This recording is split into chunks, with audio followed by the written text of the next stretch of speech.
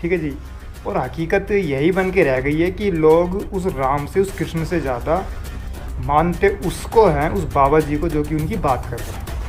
सच्ची बात है, लोग आजकल बाबा जी को ज़्यादा मानते हैं। राम कृष्ण को मानने लग गए तो यार भाई बाबा जी के पास जाने की ज़रूरत वैसे ही नहीं पड़ेगी। समझो इस चीज़ को। ये कह लूँ कि लोग इतने डरे हुए हैं, इतने दबे हुए हैं कि बस कोई ना कोई चाहिए कि जो इनको गोद में उठा ले, इनसे मीठी मीठी बात करें, इनको थोड़ी हमदर्दी देते। तो बस ऐसे में फिर बाबा जी से बेहतर तो भला है कौन, लेकिन और फिर उस मंच पे बैठा बाबा जी कुछ भी कहते कि आपको मंत्र जाप करना है या नाम जप करना है या कोई और टोट का, तो बस लोग तो फिर मानेंगे ही। नाम जप करो, तुम्हें कहीं भागने की जरूरत नहीं, किसी से आशीर्वाद मांगने की जरूरत नहीं, सारे आशीर्वाद आपके पास आ जाएंगे अपने आप। जहाँ पर कृपा राम की हुई ता पर कृपा करे सब। कृष्ण कृष्ण जपो, किसी से आशीर्वाद की जरूरत नहीं, सब मिल जाएगा। विश्वास मान लो, आप विश्वास मान लो, केवल विश्वास की बात कह रहे हैं। तेरे दरवाजे आकर महात्मा तेरे को आशीर्वाद दे के जाएंगे। केवल तू नाम जप कर, गले पड़कर आशीर्वाद दे जाएंगे, कुछ लेंगे नहीं, गले पर तू ये ले बेटा, मेरा आशीर्वाद ले, देने आएंगे। केवल मैं तुम्हें कृत्य करने आया हूँ, बस जा रहा हूँ, मुझे कुछ नहीं चाहिए। मैं भगवान के द्वारा प्रेरित हूँ, तुम भजन करते हो, जाओ तुम्हारा मंगल। नाम जैसा कोई मित्र नहीं, नाम जैसा कोई अंगरक्षक नहीं, नाम जैसा कोई हमारा सहायता करने वाला नहीं। तुम स्वयं राम राम जपो, अच्छे आचरण करो, किसी को दुख मत दो, भगवान का नाम जप करो। बाल बांका भी निकल सकता कोई, गृहस्थी में हो, पदाधिकारी हो, कोई भी हो, सब सुरक्षित रहोगे। मैं गंदा खाना खाता हूँ, मेरा पेट खराब है, उससे मुंह में छाले पड़ गए, उसी छाले वाले मुंह से मैं सीताराम सीताराम करूं तो छाले ठीक हो जाएंगे क्या? इस पूरी प्रक्रिया में कहीं भी मेरे पेटूपने का इलाज है? हाँ, ये जरूर हो सकता है कि मैं हाय हाय कर रहा था, ज्यादा हाय हाय करो, बीमारी पे ज्यादा ध्यान दो तो और सताती है। मुझे बोल दिया गया कि तुम माला फेरो या कुछ और करो या नाम जपो, तो मेरा सारा ध्यान किस पे लग गया? तो मैं थोड़ी देर के लिए अपने दर्द को भूल गया। लेकिन ये कोई उपचार है? थोड़ी देर में फिर भाग रहा हूँ, छोला भटूरा कहाँ रखा है। कोई भी विधि सही नहीं होती और सब विधियां सही हो सकती हैं। आत्मज्ञान के साथ सब विधियां काम कर जाती हैं, बिना आत्मज्ञान के कोई विधि काम नहीं करती। वो कोई एक वन साइज फिट्स ऑल वाली बात नहीं होती है कि बाबा जी ने एक विधि बता दी, अब पूरा जमाना उसी को लेके घूम रहा है। उसमें कोई नैतिक समस्या नहीं है, समस्या व्यवहारिक है। वो विधि उपयोगी नहीं हो पाएगी, लाभ नहीं देगी। तो हेलो एवरीवन, इस वीडियो में आचार्य प्रशांत जो प्रेमानंद महाराज जी नाम जप या मंत्र जाप करने का पीछे का जो विज्ञान है उसकी बात कर रहे हैं। नाम जप करने से आपको क्या क्या फ़ायदे होते हैं, कौन कौन से आशीर्वाद मिल जाते हैं, और आशीर्वाद भी ऐसा कि साधु संत खुद आपके दरवाजे पर आकर, जी हाँ, खुद आपके दरवाजे पर आकर आपको आशीर्वाद देते हैं। अभी प्रेमानंद महाराज जी इस वीडियो में यही तो बात कह रहे हैं। और आचार्य प्रशांत जी के अनुसार नाम जप करना हर जगह, हर बार और हर समस्या का समाधान नहीं है अपने आप में। It's not a complete remedy. तो इस वीडियो में इस चीज़ की चर्चा की जा रही है। खैर, ये दोनों कितने सही है और कहाँ पर सही नहीं है, इस पर तो हम चर्चा करेंगे इस वीडियो में आगे चलकर। लेकिन इस टॉपिक पर कि नाम जप करना और मंत्र जाप करने से क्या होता है, क्या नहीं होता, आचार्य प्रशांत प्रेमानंद महाराज जी ने जो अपनी अलग अलग राय रखी है, अलग अलग मत दिया है, इस पर इनके प्रशंसकों ने और समर्थकों ने अपनी क्या राय रखी है। चलिए सबसे पहले हम ये देखते हैं। देखिए जरा, एक फॉलोअर लिखता है प्रेमानंद महाराज जी का ज्ञान उनका अपना अनुभव है और बाकी सबकी किताबी बातें होती हैं। तो दूसरा कहता प्रेमानंद महाराज जी ने जो भी कहा कि नाम जपते रहो वो अनगिनत प्रतिशत सत्य है। बाकी दूसरे क्या कहते हैं, इससे कोई फर्क नहीं पड़ता, ये मेरा अपना निजी अनुभव भी है। एक कह रहा है कि नाम जपना पूर्ण है, पूर्ण। फिर इतने सारे ग्रंथ, उपनिषद, वेदांत, वाणी, विचार, संत, विवेक, इन सब की बातें करनी ही क्यों आखिर। तो एक कहता है कि नाम जप करने से मेरे सारे कष्ट दूर हो गए हैं, वो भी 20 से 25 दिनों में। तो मैं तो प्रेमानंद महाराज जी की ही बात मान लूँगा। एक कहता है कि प्रेमानंद महाराज जी की तुलना किसी और से नहीं की जा सकती क्योंकि उन्होंने अपना संपूर्ण जीवन भगवान की प्राप्ति में लगा दिया है। फिर एक कहता है कि आचार्य प्रशांत जी को समझने के लिए बुद्धि और विवेक की जरूरत होती है, जो कि हर किसी के पास नहीं होती। और एंड में फिर से एक फॉलोअर ने वही लिख दिया तो सभी ने कहा लगभग कि प्रेमानंद महाराज की तुलना बराबरी कोई नहीं कर सकता, वो जो बोलते हैं बराबर बोलते हैं। ये सब कमेंट्स पढ़ के ना ऐसा लग रहा है कि ज़्यादातर लोगों ने, जी हाँ, ज़्यादातर लोगों ने सिर्फ एक ही पक्ष को सुना और वो थे प्रेमानंद महाराज जी, जबकि दूसरे पक्ष को सुना ही नहीं, मतलब आचार्य प्रशांत जी को। और ज़्यादातर लोगों ने बार बार एक ही बात बोल ली है कि प्रेमानंद महाराज जी जो भी कह रहे हैं अपने अनुभव से कह रहे हैं, प्रेमानंद महाराज जी जो भी कह रहे हैं अपने अनुभव से कह रहे हैं। मतलब आचार्य प्रशांत ने जो तर्क रखा उसको तो लोगों ने सीधा अनसुना सा ही कर दिया और बस एक ही बात पर बार बार जोर दिया कि प्रेमानंद महाराज जी और उनका अनुभव, प्रेमानंद महाराज जी और उनका अनुभव, उनका ज्ञान इज इक्वल टू उनका अनुभव। इससे एक सीधा सा मतलब निकल के आ रहा है कि मतलब अगर कोई गुरुजी, संत या बाबा जी अपने अनुभव से, जी हाँ अपने अनुभव से जो भी कुछ कहते वही अंतिम सत्य होगा। उसको चैलेंज करने के लिए फिर चाहे कोई कितने ही तर्क क्यों ना रख दे, वो सब खारिज किए जाएंगे, वो सब अर्थहीन होंगे, किसी काम के नहीं होंगे, कोई मतलब ही नहीं रह जाता उनका, बस बात ही खत्म। यही तो समस्या रही है हमारे भारतवर्ष की कि वर्षों से जब भी कोई पीड़ित किसी बाबा जी के पास गया है तो उस पीड़ित व्यक्ति को रेमेडीज़ के तौर पर, इलाज के नाम पर सिर्फ उसको कोई ना कोई टोटका पकड़ा दिया गया हो कि अब शनिवार के दिन 3 सिक्के या 4 सिक्कों को लाल कपड़े में बांध कर एक चौराहे पर और एक अपने घर के फलाने कोने में या फिर एक वहाँ पे रख दें तो कल्याण होगा। जबकि बाबा जी उस पीड़ित व्यक्ति से एक भी बार ये जानने की कोशिश तक नहीं करता कि समस्या कब हुई थी, आपने गहराई तक जानने की कोशिश की, आखिर में जड़ है क्या। बस बाबा जी ने रटा रटाया टोटका जो कि सभी भक्तों को देते हैं अक्सर, वो उसको भी दे दिया। और ऐसे एक औरत को भी एक टोटका दे दिया गया जो कि गर्भवती थी, जिसको बच्चा नहीं हो रहा था। उसने अपनी समस्या बताई किसी बाबा जी से, तो उसको कहा गया कि आप गाय के गोबर में से गेहूं के दाने निकालिए, देन उन्हें धो लीजिए ठीक से, फिर उन्हें पीस कर उनका आटा बनाकर उनसे रोटियां बनाइए, पहले भगवान को भोग लगाए फिर खुद खाइए, तो ऐसे आपको बच्चा हो जाएगा। अभी आप कहोगे भैया ये तो अलग चीज़ है और नाम जपना और मंत्र जाप करना वो अलग चीज़ है, ये कोई नाम जपना तो मतलब कोई टोटका थोड़ी ना है, ये तो एक साफ़ सुथरा सा काम है, इसमें तो सीधा सीधा भगवान का नाम लिया जाता है। हाँ, जो आपने बताया अभी वो है टोटका जो बाबा जी देते हैं। चलो तो अभी आगे सुनिए। और एक विद्यार्थी एक बाबा जी के पास गया ये समस्या लेकर कि मेरा पढ़ाई में मन नहीं लगता, क्या करूं। अब देखना इसमें भगवान का नाम आएगा इस टोटके में। तो बाबा जी ने उसको कह दिया कि एक मंत्र है, तो ये रटा कर 2 बार 4 बार या 100 बार ओम श्री सरस्वती नमः, सरस्वती माता का नाम आ गया, ठीक है जी, ये नाम जपना ये तो हुआ। ऐसे ही करके फिर एक दूसरा पीड़ित व्यक्ति गया बाबा जी के पास, ये कहता है कि बाबा जी मेरा मन बहुत अशांत रहता है, शांति रहती ही नहीं जरा से भी, हमेशा बेचैनी लगी रहती, डिप्रेशन से जैसा फील होता है कुछ, तो उपाय बताए। बाबा जी ने उसको भी एक मंत्र दे दिया, नाम जपने को कह दिया, और वो मंत्र था ओम नमो नारायणे नमः, ठीक है जी। बाबा जी ने यहाँ पे भी कुछ ज़्यादा गहरा जानने की कोशिश ही नहीं की उस पीड़ित व्यक्ति के बारे में। ऐसे ही तीसरा आदमी भी गया, वो बोला बाबा जी घर में हमेशा खिंचाई रहती है एक दूसरे की, बहुत ज़्यादा कलेश रहता है, एक दूसरे को मार काट खाने के लिए रहते हैं लोग, करूँ तो क्या करूँ, इतनी बड़ी समस्या। बाबा जी ने उसको भी एक मंत्र दे दिया, उसको मंत्र दिया गया ओम वो श्री वासुदेवाय नमः, ये मंत्र जाप किया कर या फिर गायत्री मंत्र का जाप किया कर, कल्याण होगा बच्चा। तो इन तीनों मंत्र में जो मैंने अभी अभी बताए, पढ़ाई में मन नहीं लगता है, मन की शांति के लिए, या घर में जो कलेश रहता है, इनमें भगवान का नाम आया प्रॉपर, वासुदेव का नाम आया ना, नारायण का भी आया और सरस्वती माता का भी आया। तो ये जो विधि, ये जो टोटका दिया बाबा जी ने इन तीनों पीड़ित अलग अलग व्यक्तियों से, तो इनमें भगवान का नाम आया, आपने सुना, ये मंत्र जाप था, ठीक है जी। तो हुआ ना ये साफ सुथरा टोटका। अच्छा, अभी एक और मंत्र है, आप कमेंट करके बताना कि ये वाला मंत्र अपने घर में कौन जाप करता है। मंत्र है राम नाम सत्य है। अभी आप कहोगे भाई ये कैसी बात कर दी, ये तो तब उच्चारण करते हैं इसका तो जो हम किसी मुर्दे को शमशान तक ले जाते हैं, किसी को मुक्ति दिलाने के लिए। तो मतलब अभी आपको ऐसा लगता है कि फ़िलहाल आपको किसी मुक्ति की ज़रूरत नहीं है क्योंकि आप किसी बंधन में ही नहीं।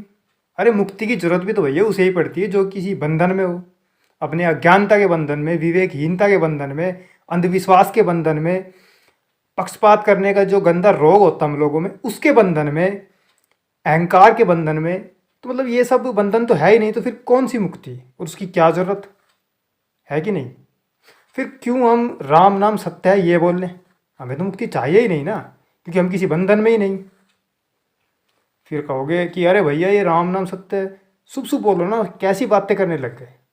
मतलब ये जो नाम जप है राम नाम सत्य है, इसमें अब शुभ अशुभ भी जोड़ दिया गया। वाह, अरे इसमें तो खुद राम का नाम है, तो इसमें अशुभ क्या हो गया भाई, इसमें तो खुद भगवान राम जी है, तो फिर क्यों कहा गया कि इसको शुभ अशुभ घड़ी या फलानी घड़ी में नहीं लेना चाहिए या फिर वहाँ लेना चाहिए। ये क्या बात हुई, ये क्या तर्क हुआ। और दूसरी तरफ ये जो एक बहुत बड़ी भीड़ शोर मचा रही है ना, शोर क्या बल्कि अब तो हल्ला ही मचा दिया यार कि मैं तो आध्यात्मिक हूँ, आध्यात्मिक, आई एम स्पिरिचुअल। तो अब यार आप एक बात बताओ कि आपके अध्यात्म ने आपको कौन से श्री राम से परिचित कराया है। उस श्री राम से जो कि 14 वर्ष का वनवास काट कर आए थे, जो कि त्याग का प्रतीक है, जो कि मर्यादा पुरुषोत्तम श्री राम है, जो कि सत्य के लिए, ईमानदारी के लिए और जिनके चरित्र की पूजा की जाती है। आपके अध्यात्म ने आपको कौन से श्री राम से परिचित कराया है, या फिर उस श्री राम से परिचित कराया आपके अध्यात्म ने उस आपको, जिसका नाम, ये शब्द राम कुछ किताबों में कुछ मंत्रों के बीच लिख दिया गया, ये कह के कि भैया इन मंत्रों का आप जाप करें, नाम जप करें, आपके बिगड़े हुए काम बनेंगे, आपका कल्याण होगा। और यही चीज़ आपके बाबा ने आपको बड़े ही विश्वास दिलाते हुए कहा कि इन मंत्रों का जाप करो, विश्वास खुद साधु आके आपको आपके घर पर आशीर्वाद दे के जाएगा। तो बताओ आपके अध्यात्म ने आपको कौन से श्री राम से परिचित कराया है, कमेंट करके ज़रूर बताना। खैर चलो मैं बताने की कोशिश करता हूँ थोड़ा सा। जहाँ बात त्याग की, साहस की, चरित्र की, मर्यादा की, इन सब की आ जाए ना, वनवास जैसी चीज़ की, तो वहाँ पे भैया देखो नींद आने लगती है, नींद, ये हकीकत है। और जो लोग जागे होते हैं उनको आने लगते हैं चक्कर। पता है क्यों? क्योंकि मंत्र जाप करने के अलग चीज़ है, और जिस भगवान के नाम का मंत्र जाप किया जा रहा है उसके जैसा बनना वो अलग चीज़ है एकदम। और फिर दूसरा ज़रा ये तो सोचो कि हम बचपन से अब तक की लाइफ में भगवान के लिए, जी हाँ भगवान के लिए, भगवान की आराधना में, श्रद्धा में, उनके लिए क्या करते आए हैं। एक मंदिर होता है, मंदिर में मूर्ति होती है, फूल होते हैं हमारे पास, प्रसाद होते हैं और अगरबत्ती, जाते हैं, पूजा करते हैं, चढ़ाते हैं मंत्रों के साथ, नाम जप करके, उसके बाद अपने घर आ जाते हैं चुपचाप। ठीक है जी। वो मूर्ति के पीछे कौन है, उसकी हकीकत क्या है, उस भगवान की आध्यात्मिक यात्रा क्या थी, उसका वनवास, उसकी पीड़ा, दूसरों के हित के लिए खुद को कितना काट दिया, कितना कष्ट पहुंचाया उसने, वो कितना रोया था, इन सब की बातें भला कर कौन रहा है यार। और उनके जैसा होने की कोशिश भला आज के टाइम में कर कौन रहा है।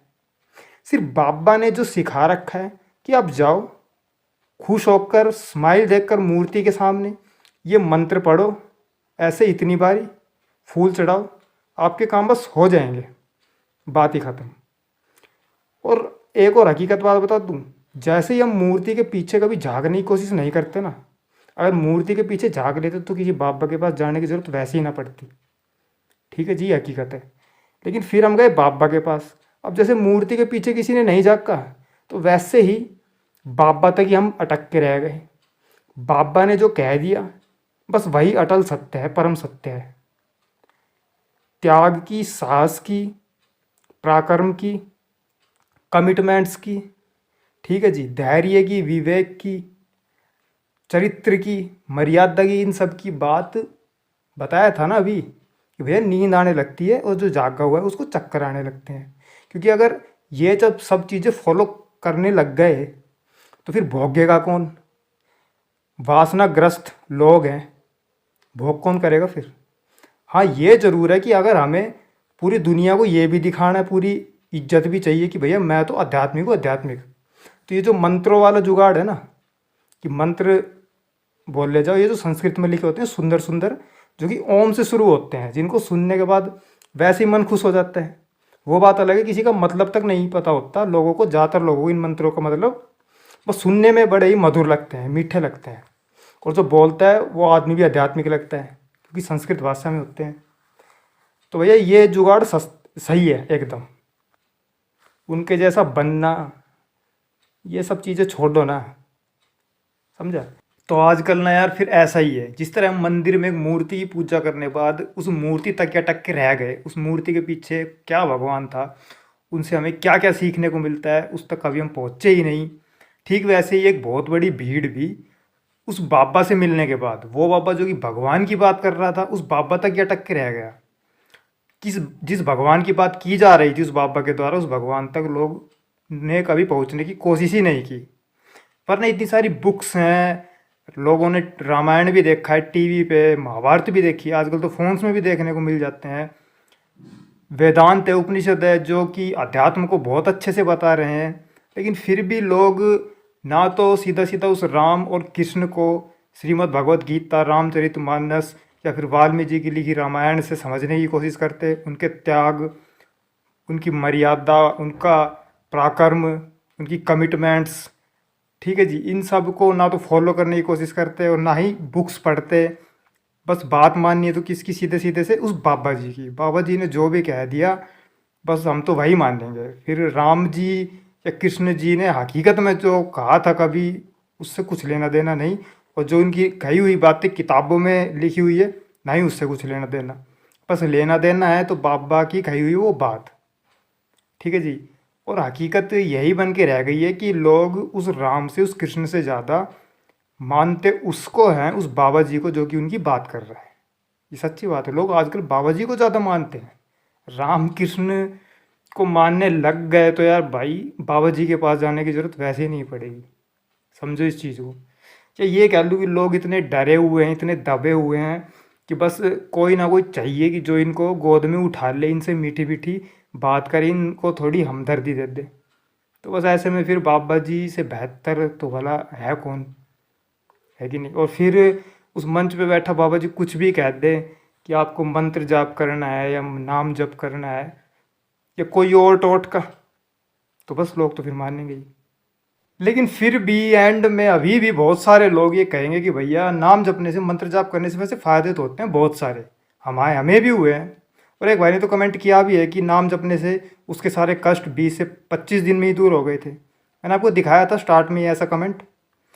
तो ऐसा है यार, वो भाई साहब हो या फिर उनके जैसे जितने भी लोग हैं जो इस चीज़ का दावा कर रहे हैं कि नाम जपने से उनके सारे कष्ट 20, 25, 30 दिनों में दूर हो गए हैं, तो मैं उन सबको एक कह देना चाहता हूँ कि जो कष्ट आपके 20 से 25 दिन में दूर हो गए थे ना, एक्चुअल में वो कभी कष्ट थे ही नहीं। जिसको आप कष्ट का नाम दे रहे, वो आपके कष्ट कुछ उस जवान लड़के या लड़की के जैसे थे जिसकी उम्र 25, 30, 32 साल की थी, जो प्यार मोहब्बत के मैदान में घूम रहे थे, उन्हें कोई मिला कभी जिनके साथ उनकी अटैचमेंट हुई, देन वो बाद में छोड़ के चला गया। तो अब ये शोर मचा रहे हैं, हल्ला मचा रहे हैं कि भगवान जी हमारा दिल टूट गया और हमें हर कीमत पे वही चाहिए, उसके नाम की माला फेर रहे हैं, भगवान के नाम की नाम जप कर रहे, ठीक है जी, सिर्फ उसके लिए जो छोड़ के चला गया। लेकिन हुआ यूँ कि कुछ दिनों बाद उनकी लाइफ में कोई नया बंदा आ गया जिसके साथ अब वो फिर से खुश रहने लगे, उनका अकेलापन, बोरियत फिर से दूर हो गई, ठीक है जी। इन्होंने मतलब अब रोना धोना बंद कर दिया। और ऐसे में वो फिर ये दावा कर रहे हैं कि हमारा रोना धोना, मतलब कि जो हमारा कष्ट था वो अब दूर हो गया नाम जपने से। जबकि हकीकत ये, वो जो कष्ट था, जो रोना धोना था ना, वो प्यार के नाम का कभी था ही नहीं। वो था तो सिर्फ अपनी वासना को, अपनी लालच को, अपने स्वार्थ को पूरा करने के नाम का। जो ये सब चीज़ें, ये ज़रूरतें, उनका लालच, स्वार्थ, वासना जो भी था, ये पहले पूरा कर रहा था उनका एक्स पार्टनर। जी हाँ, उनका एक्स पार्टनर। लेकिन अब ये सब पूरा करने कौन लगा है? उनका न्यू पार्टनर, ठीक है जी। तो ये जो कष्ट था ना, ये कभी प्यार के नाम का था ही नहीं। हाँ, ऐसे कष्टों में जो आप कह रहे हैं ना, हमारे कष्ट 20 से 25, 30 दिन में दूर हो गए, तो ऐसे कष्टों में तो नाम जपना क्या, बल्कि दुनिया का कोई भी टोटका, चाहे वो लाल कपड़े वाला हो, 2-3 सिक्कों वाला हो, कोई भी टोटका काम आ जाएगा, ठीक है जी। चलिए अब बात कर लेते हैं एक अंकल जी की, जिनकी एज 62-65 साल के करीब है, जो कि इस वजह से तनाव में है क्योंकि उनकी पेंशन जो थोड़ी लेट हो गई है, अब की बारी 5-7 दिन लेट हो गई है। हाँ, वो बात अलग है, उन्हें अपनी पेंशन का कुछ ज़्यादा इस्तेमाल करना नहीं है क्योंकि उनके बच्चे, उनके पोते, सब कुछ सेटल है, कोई दिक्कत नहीं है। उन्हें अपनी पेंशन का कुछ ज़्यादा यूज़ करना ही नहीं है। वो सिर्फ इसलिए तनाव में है कि क्योंकि अब की बार अगर पेंशन आती ना तो उनका अकाउंट बैलेंस कुछ 5 लाख तक हो जाता है, लेकिन अभी अटका हुआ है 4,60,000, 65,000 पे। तो 5 लाख की एक वो राउंड फिगर देख के वो खुश हो जाते हैं और भी ज़्यादा। बस ये तनाव है। तो ऐसे में अगर वो अब नाम जपने लगे तो ये ट्रिक, ये टोटका काम आ जाएगा, ठीक है जी। क्योंकि पेंशन तो आ ही जानी ना, 10-12 दिन बाद आ जाएगी, 20 दिन बाद आ जाएगी, ठीक है। तो ऐसे में ये जो कष्ट है ना, ये 20 से 25 दिनों में पूरा हो जाएगा, मतलब ठीक हो जाएगा। तो ये जो ऐसे कष्ट है ना, ये जो अभी अंकल जी का कष्ट था, ये तनाव कि भैया पेंशन नहीं आई, और उस लड़के लड़की जिसकी एज 30-32 साल की थी, वो प्यार वाला कष्ट था, ठीक है जी। हाँ, वो बात अलग है, वो था वासना, स्वार्थ से भरा कष्ट, लेकिन उसको प्यार का नाम दिया जा रहा था, प्यार के नाम का कष्ट। तो ये जो ऐसे कष्ट होते हैं ना, ये खाम खा के बिना सर पैर के कष्ट, जो सीधा सीधा आपके लालच से, आपके स्वार्थ, आपकी वासना से जुड़े होते हैं ना, तो ऐसे में ये ट्रिक, ये जो नाम जपने और मंत्र जाप करने की जो ट्रिक है, ये वर्क कर जाती है, ठीक है जी। ये वीडियो था भी उन लोगों के लिए जो हकीकत में ही कष्टों से जूझ रहे हैं, जो सच में ही जानते हैं कि दर्द क्या है, तकलीफ़ क्या है, जो चैलेंज कर रहे हैं सीधा सीधा अपने लालच को, अपनी वासना को, ठीक है जी, जिनका पंगा मसला दूसरों से नहीं है, अपनों से नहीं है, जिनका खुद से है कि भैया मैं आखिर में बदल क्यों नहीं पा रहा हूँ, क्या कमी रह रही है बार बार। ठीक है जी, जिन्हें संसार से चाहिए कितना ये तो खैर नहीं पता, लेकिन उन्हें संसार का दोगलापन और खोखलापन बहुत अच्छे से दिखने लगा है। ये वीडियो था भी उन लोगों के लिए। ठीक है जी, जो रात को रोते हैं तो सुबह चेहरे पे स्माइल भी रखते हैं, जो हर रोज़ गिरते हैं तो शाम तक उठते भी हैं। ये वीडियो था भी उन लोगों के लिए भैया। ठीक है, जो अच्छी खासी सोसाइटी में महंगे फ्लैट्स, महंगी गाड़ियाँ हैं, जिनके पास पैसा, पैशन, प्रोफेशन सब कुछ जिनका सेट है, संपन्न परिवार है, सुंदर बीवी भी है, सब कुछ सही है, लेकिन कभी कभार कुछ ना कुछ छोटा मोटा इश्यू हो जाता है। तो ऐसे में वहाँ पे ये नाम जपने वाली, मंत्र जाप करने वाली, बल्कि दुनिया का कोई भी टोटका यार वहाँ पे वर्क कर जाता है भैया, जिनके पास सब कुछ है। ठीक है, ये वीडियो अलग लोगों के लिए था जो हकीकत में ही कष्ट से, दर्द से, पीड़ा से जूझ रहे हैं। ये उन लोगों के लिए था। वहाँ पे अंतर्ज्ञान की, आत्मज्ञान की, खुद से बात करने की ही जरूरत पड़ेगी। ठीक है जी, वहाँ पे और राम और कृष्ण की जरूरत पड़ेगी, वेदांत उपनिषद की जरूरत पड़ेगी। ठीक है, एनीवेज इस वीडियो में फ़िलहाल इतना ही। आपकी क्या राय है, क्या टिप्पणी है इस पूरे केस पर, इस पूरी वीडियो पर, तो ज़रूर लिखें यार कमेंट्स में। मिलेंगे नेक्स्ट वीडियो में, तब तक ख्याल रखना, मस्त रहना, खुश रहिए, जय हिंद।